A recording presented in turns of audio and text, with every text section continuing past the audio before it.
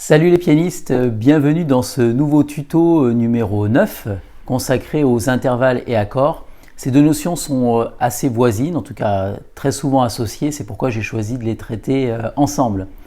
Alors un intervalle, qu'est-ce que c'est? En fait, c'est l'espace ou la distance qui sépare deux notes de musique.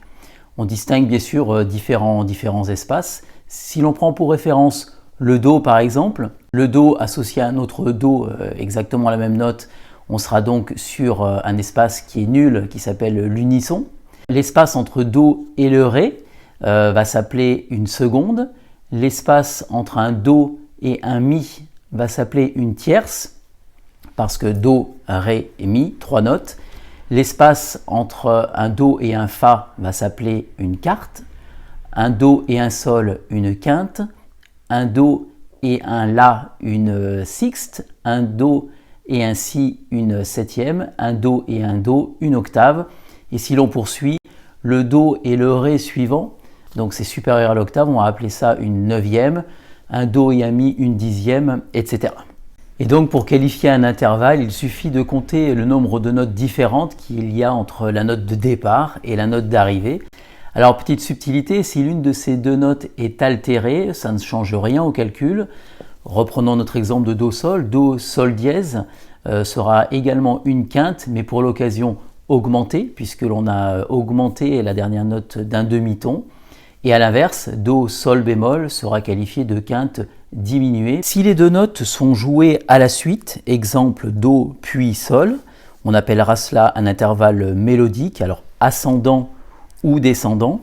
Si les deux notes sont jouées en revanche simultanément, on appellera cela donc un intervalle harmonique. Et bien évidemment, il s'agit d'un accord, ce qui me permet de faire le lien avec la suite. Un accord, c'est quoi? C'est donc un ensemble de notes jouées ensemble ou donc de façon simultanée. Ce peut être deux notes, 3, 4 ou 5. La seule limite est fixée par le nombre de vos doigts. Donc sur une partition, ces notes vont se positionner les unes au-dessus des autres. On trouvera plus fréquemment bien sûr des accords joués à la main gauche, puisque bien souvent ce sont des accords dits d'accompagnement. On peut aussi bien sûr en trouver également à la main droite. Alors la construction des accords répond à des règles particulières que nous verrons notamment dans les prochains tutos, tuto 11 gamme majeure et mineure et le tuto 12 également sur les armures et tonalités. Retenez la notion d'accord parfait. Il est composé la plupart du temps de la note de référence appelée fondamentale, le Do pour cet exemple, puis d'une tierce, Do Mi, et enfin d'une quinte, Do Sol. Alors en harmonie, on utilise aussi beaucoup la notion de renversement d'accords. Dans une tonalité donnée, les renversements d'accords vont permettre d'enrichir l'accompagnement que l'on peut proposer à une thématique, à un morceau donné. On va essayer de jouer un petit peu tout cela au piano pour donner un exemple très concret. Alors si l'on prend par exemple un accord parfait de Do majeur, donc Do, Mi et Sol, donc Do étant la fondamentale, Mi étant la tierce, le Sol étant la quinte, Do, Mi, Sol. Pour obtenir le premier renversement, il suffit de positionner le Do à l'octave supérieure. On obtient donc le premier accord, c'est celui-ci.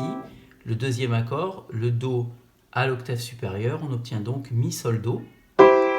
Ça, c'est donc le premier renversement. Et pour le deuxième renversement, on procède de la même opération. Le Mi qui est ici, on le positionne à l'octave supérieure et on obtient Sol, Do, Mi. Ça donne donc une richesse supplémentaire au niveau des accords en Do majeur. Et bien sûr, c'est duplicable à tout type de tonalité. Do, Mi, Sol, Mi, Sol, Do, Sol, Do, Mi. Voilà donc en mode très simplifié ce que l'on pouvait dire sur les bases des intervalles et des accords. J'espère que ce tuto t'aura été utile. À très bientôt en tout cas pour le prochain qui parlera notamment de la notation anglaise. À bientôt!